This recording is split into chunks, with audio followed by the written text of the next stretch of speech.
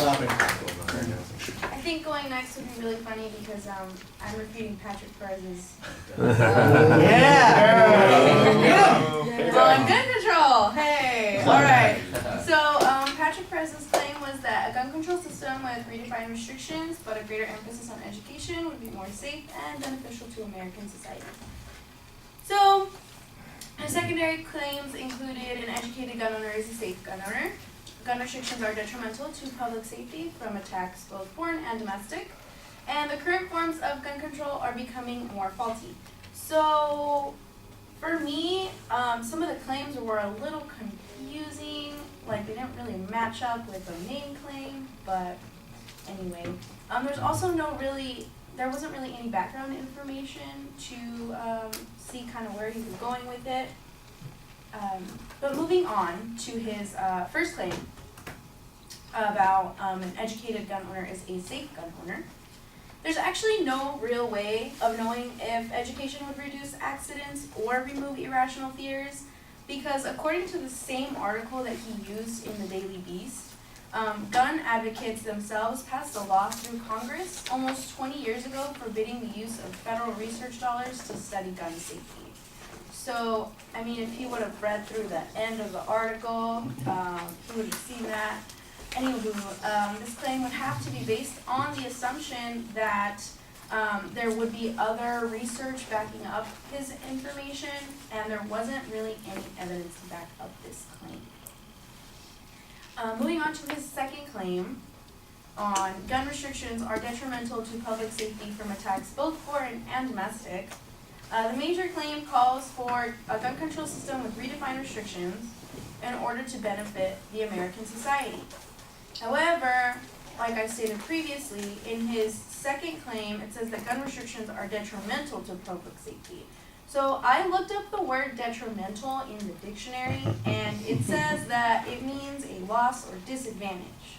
So I'm a little confused. Does this mean that it's beneficial or is it detrimental? I wasn't too clear on that. Also, the evidence for this particular claim was provided by everytownresearch.org, and according to the same website, I read the whole thing, it said that 133 incidents were based on mass shootings, which involved at least 4 killed, not including the shooter. And this website stated that 17 of the 133 incidents took place in gun-free zones, as he had mentioned, which is one too many, but the reality is that 94 of the 133 incidents took place in private residences. So while these mass shootings have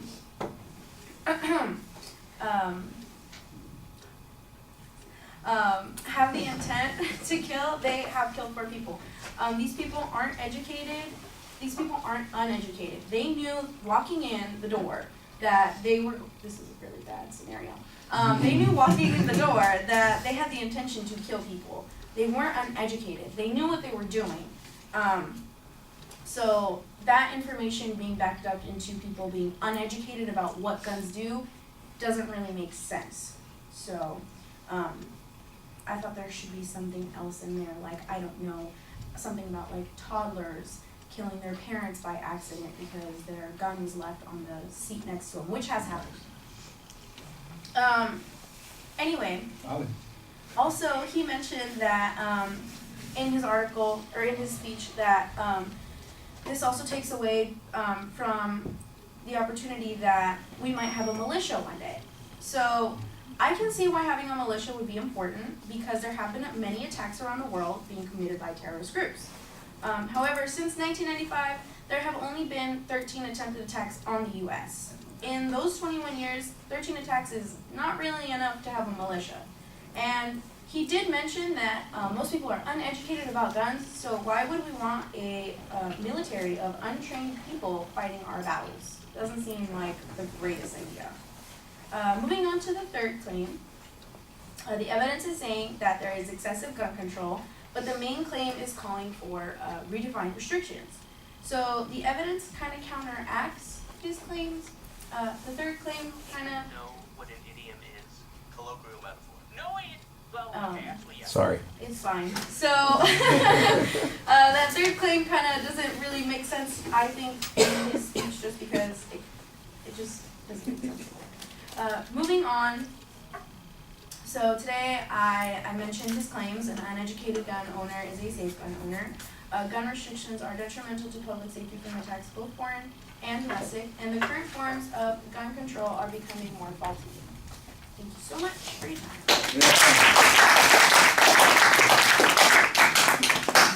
Great speech. You are going to be fined by the FCC.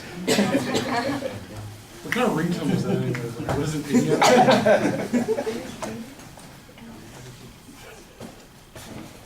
I love that your go-to though. I know. I was like, no, we should go do it. Sorry. I know something for the review. We're all looking at it. was recorded. It's on camera. Well, so those who live by the sword die by the sword. Criticism of the clarity of the argument I thought was reasonable. I thought it was interesting that you even went to so far as to look up the definition of what was it? Detrimental. You know, and suggested that there seemed to be contradictory positions coming from the advocate on this particular issue. I think that points out a legitimate problem, and it explains that problem pretty clearly in the argument. And then there's some criticism of the evidence itself, that there maybe something got left out, or there's no evidence to back up a particular argument. I appreciated that. Like on the education issue, for instance, you say there's a restriction on doing some kind of spending money on research. I think that it's a restriction on medical groups doing their research, you know, so that doesn't mean other people couldn't do the research, but it was like they said, you know, this is not a medical issue, this is a different kind of issue. We're not going to spend money from the health and education budget, you know, for this. It should be something else. But the argument then becomes, but he doesn't provide any evidence that it would make a difference. And I you know, when you get to the next point and you mention the shootings that have taken place, in particular the mass shootings, I think that there's an interesting contradiction there. You know, is it really that people were not well informed or didn't understand what the hell they were doing when they killed all these folks? And that's not the problem. The problem is that they're disturbed, crazy, have problems, all those kinds of issues. And so I think that there's a legitimate answer there. I still don't know exactly what it is that the advocate is advocating.